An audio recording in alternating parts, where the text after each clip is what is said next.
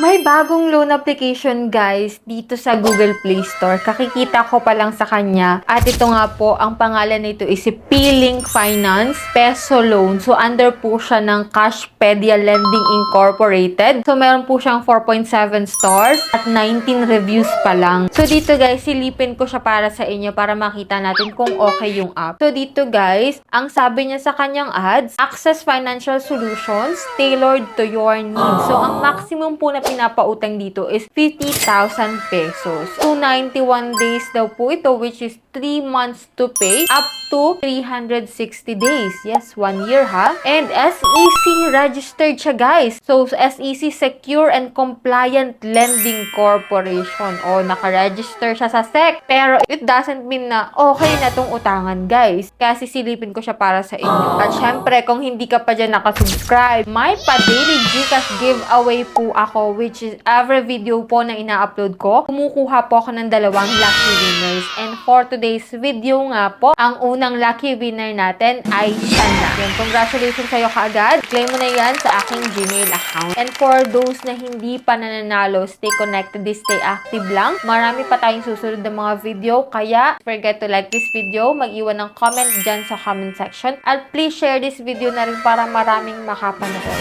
So, tuloy-tuloy pa rin po yung ating pag-monthly cellphone giveaway. Last time nga po, nag-announce tayo ng ating lucky winner para dyan. Napakaswerte niya, guys. So, dito, guys, kahit po ilang beses ka nang napili, pwede ka pa rin pong manalo, no? As long as na ikaw po ay active. So much for that, guys. Puntahan na po natin itong pag-uusapan natin na bagong loan application sa Google Play Store. So, if you wanna know more kung magkano ang pwedeng mautang natin dito, so keep on watching.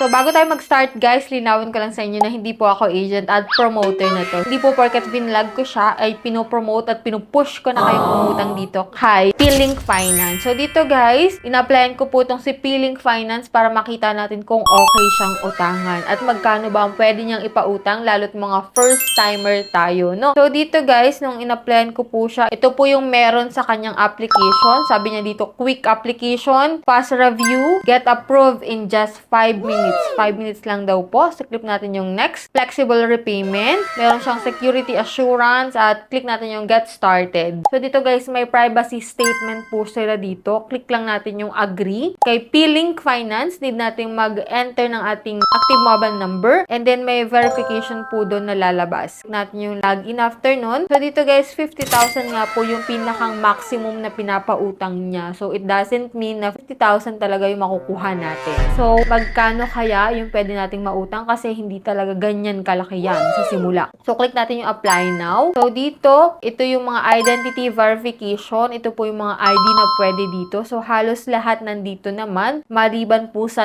TIN ID, Voters ID, at PhilHealth card. No? So, yun lang po yung hindi available dito. Dito guys, sa basic information, pipill upan mo lang po yung part na to. And then dito guys, emergency contact, need lang po nila ng 2 contact number. Which is good kasi kakaunti lang yung hinihingi nila na contact references. So, after nun guys, click natin yung next. And then dito may face verification sila. And dito guys, sa withdrawable amount, 2,000 po yung in-offer nila sa akin. Which is, hindi ko sure guys kung lahat ng mag-a-apply dito na first timer is 2,000 yung offer. So, siguro, depende pa rin yan. Maaaring mas malaki pa sa 2,000 yung pwedeng ma-approve sa'yo. Pero kapag po 2,000, meron siyang 6 terms. So, sa 6 terms, tingnan natin yung repayment plan nila. And then dito guys, service fee po ay wala kang babayaran kasi 0. Pero may account maintenance fee ka na babayaran which is 310 pesos. Risk management fee na 350. So ang kabuuan po nun na service fee is 660 pesos. So ang amount to be disbursed na lang po sa atin kapag 2,000 is 1,340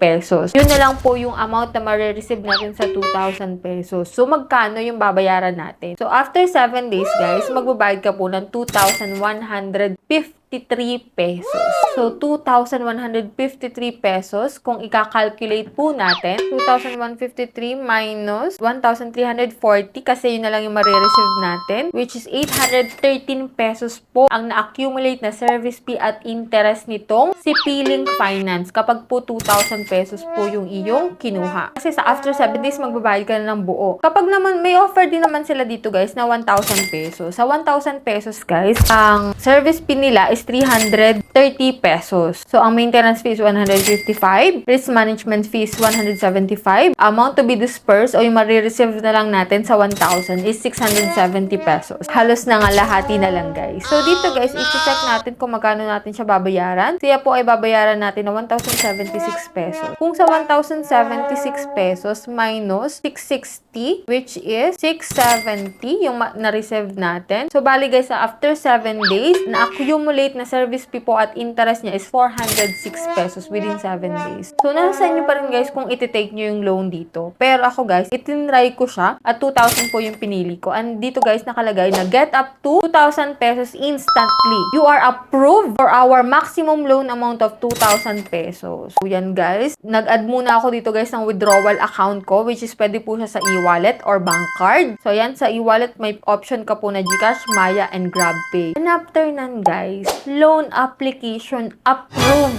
daw. Approved daw yung aking application. Kasi nakalagay dito, your application has been successfully processed and the funds will be credited shortly. Approved daw yung application ko. Parang napawawa ko kasi sobrang bilis niya. Kung approved talaga yun guys. Pero, binalikan ko siya after a while. Ito na po yung nakalagay, failed. Which is, para saan yung loan application is approved. Ito nga, failed nga po tayo. So, unfortunately, we couldn't approve your request at this time. You're welcome to update your details and try again in 14 days. Pero pwede pa rin naman tayo mag-try after 14 days. Pero guys, kung ganun din naman na after 7 days is magbabayad ka tapos hindi mo siya buong ma-receive, parang para sa akin is not recommended. Para sa akin, in my opinion ha. Anyway, nasa inyo pa rin naman yan. Opinion ko lang naman po ito at kayo pa rin guys yung magdi-decide kung magta-try kayong mag-apply dito kay Piling Finance. Pero at least may idea na kayo kung magkano yung ma-receive nyo in case man na hindi nga buo po and 7 days to pay lang po siya. So, yan po yung ating pag-review dito kay Piling Finance. So, hindi po tayo na-approve, rejected po yung ating application. So, yan guys. If ever na may katanungan pa kayo, comment nyo lang po dyan sa comment section at atin po yung sasagutin. And yan, bago tayo magtapos guys, i-announce ko po muna yung second lucky winner natin for today's video. Ayan, congratulations sa'yo kaagad. I-claim mo na yun sa aking Gmail account. And for those na hindi pa nananalo, stay connected, stay active lang guys. Marami pa tayong susunod ng mga videos.